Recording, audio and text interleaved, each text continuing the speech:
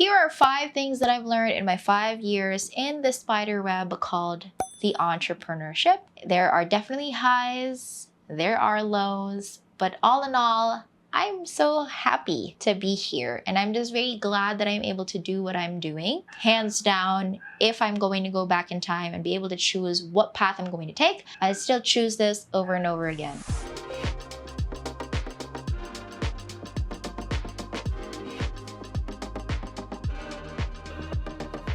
With the first one being, got my notes, Fuck Your Mood, Follow the Plan by Leila Hermosi. I am able to relate to this 100%. There are so many things in my life, or even just in my to-do list on an everyday, as a person who plans her week 1 week prior. There are plenty of tasks that I go through within my day that sometimes I don't feel like doing. But I definitely put that in my to-do list because it is required. It's something that I need to do. For example, today is video recording day. Sometimes there are video recording days that I just don't feel like recording a video. And so, what do? I procrastinate, and sometimes that procrastination takes it up a notch, and I end up not doing the task anyways. That is my life in a nutshell. But very recently, I tried to be a creature of habit and a creature of discipline. I was able to realize if I want to become successful, if I want to be this demi that I am perceiving myself to be in the future, whatever my goals and dreams are, I really need to be able to change my habits, and I have to be able to do things even if I don't feel like doing them. And that is why when Leila just started publishing that very mantra to the world, I felt like, oof, yes, girl. This is my mantra now too. Even if I don't feel like running, even if I don't feel like going to swim class, even if I don't feel like training, doing my training program for the day, in my head, I still debate, right? With my feelings, with my emotions, whatever is happening in my body at that time. I feel like I still need to do it, right? Because it is required. It is something that you have to do. And so, fuck your mood, follow the plan. Second one is a cliche that you have probably heard somewhere already, but I'm going to repeat it to you because it just makes sense. And that is, what got you here won't get you there. I've mentioned about my perception about the demi in the future that I want to be. And if you are just like me and you have that very vision, you have dreams and goals, in order to receive those dreams and those goals, we have to be able to, number one, double down on a personality or a character within us that helps us move forward, or number two, be able to completely unlearn the bad habits, the bad personalities that we have, so that we can progress, we can move forward to the version of ourselves that is going to receive the things and the blessings and the goals and dreams and aspirations that we want in our lives, right? And so this is why it's so true. What got you here won't get you there, because whatever personality, whatever character you have right now, it's just not going to cut it. If we have a perception of our future that is beautiful, bright, and shining, and we don't have that yet, that is because we don't have it yet. We don't have the personality, the character just yet in order to reach our dreams and our goals. So either we double down on the things that we are already good at and helps us propel forward, or we unlearn those things that are just really not helping it at all. Number 3, according to my Notion notes, sound decision making takes practice, and it means taking more risks. So as a person who is very particular with decision making and just ultimately hates it when people don't make the right decision, in my head, I feel like when it comes to sound decision making, you have to be able to continuously practice that in order to know what decisions to make.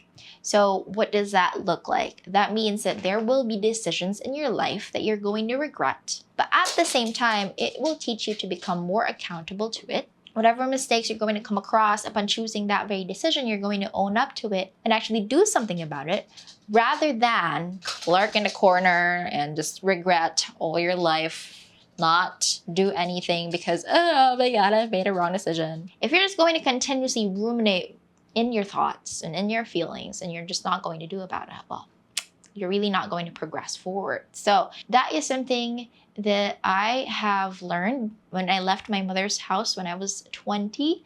So after I graduated in college and we just had like a blazing argument with my mom, I started becoming more of an independent person. I started deciding not to live in her house was like a decision that I had to make. And even though at the time it felt like a really bad decision, I was also developed into a person that I am today. So, sometimes it's not a good decision at that very moment, but then in the grand scheme of things, you're going to realize when you zoom out, it's actually a good thing, right? So when it comes to sound decision making, when it comes to the things that you want to happen in your life, you just really got to take risks. And when you have chosen the wrong decision, well, you got to own up to it and move forward to the solution in order to keep on moving forward. You guys?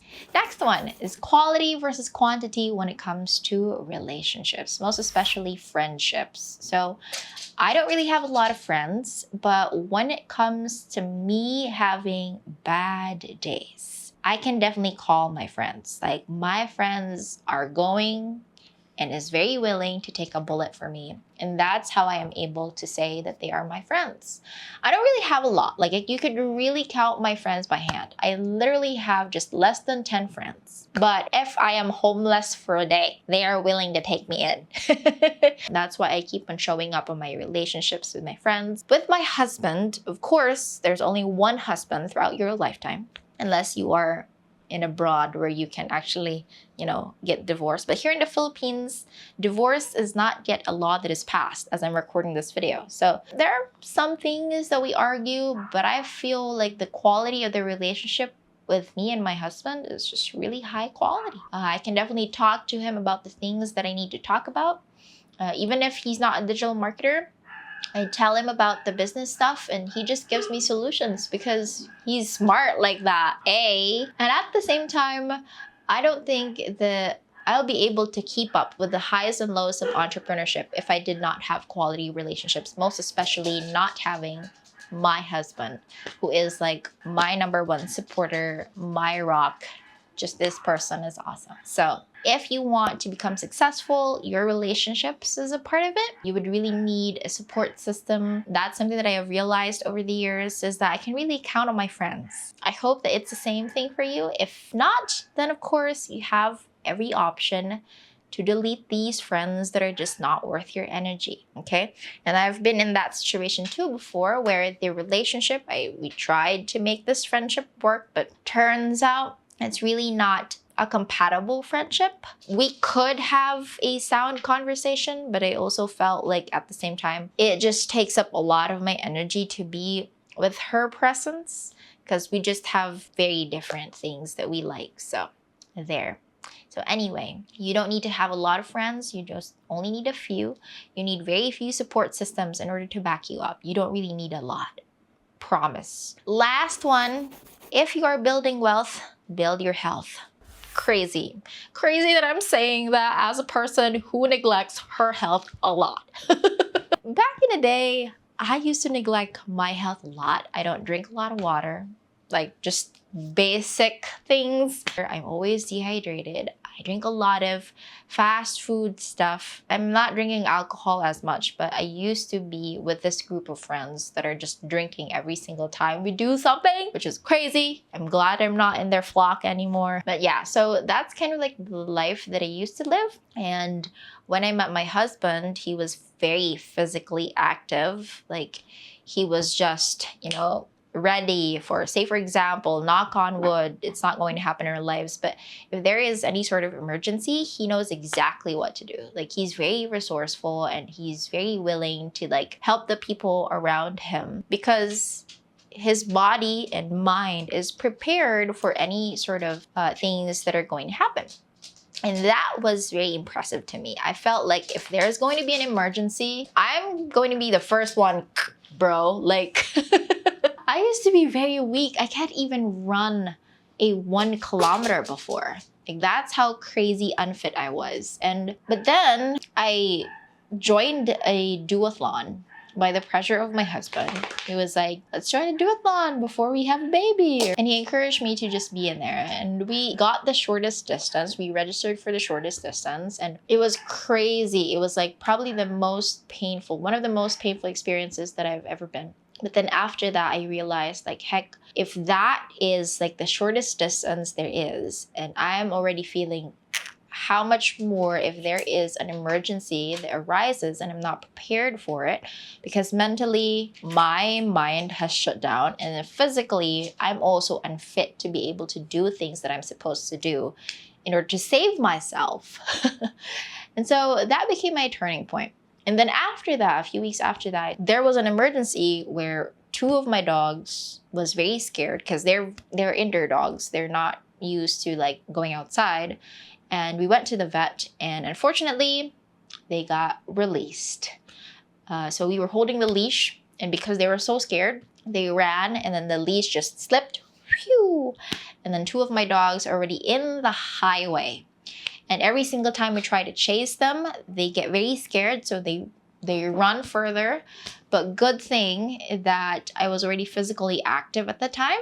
So I was able to keep up with how fast my dogs ran in the highway. Like literally we were obstructing the traffic, and good thing the people were also not speeding, and everyone was very calm that, you know, they have to stop because we were chasing, my husband and I, we were chasing two dogs in the highway.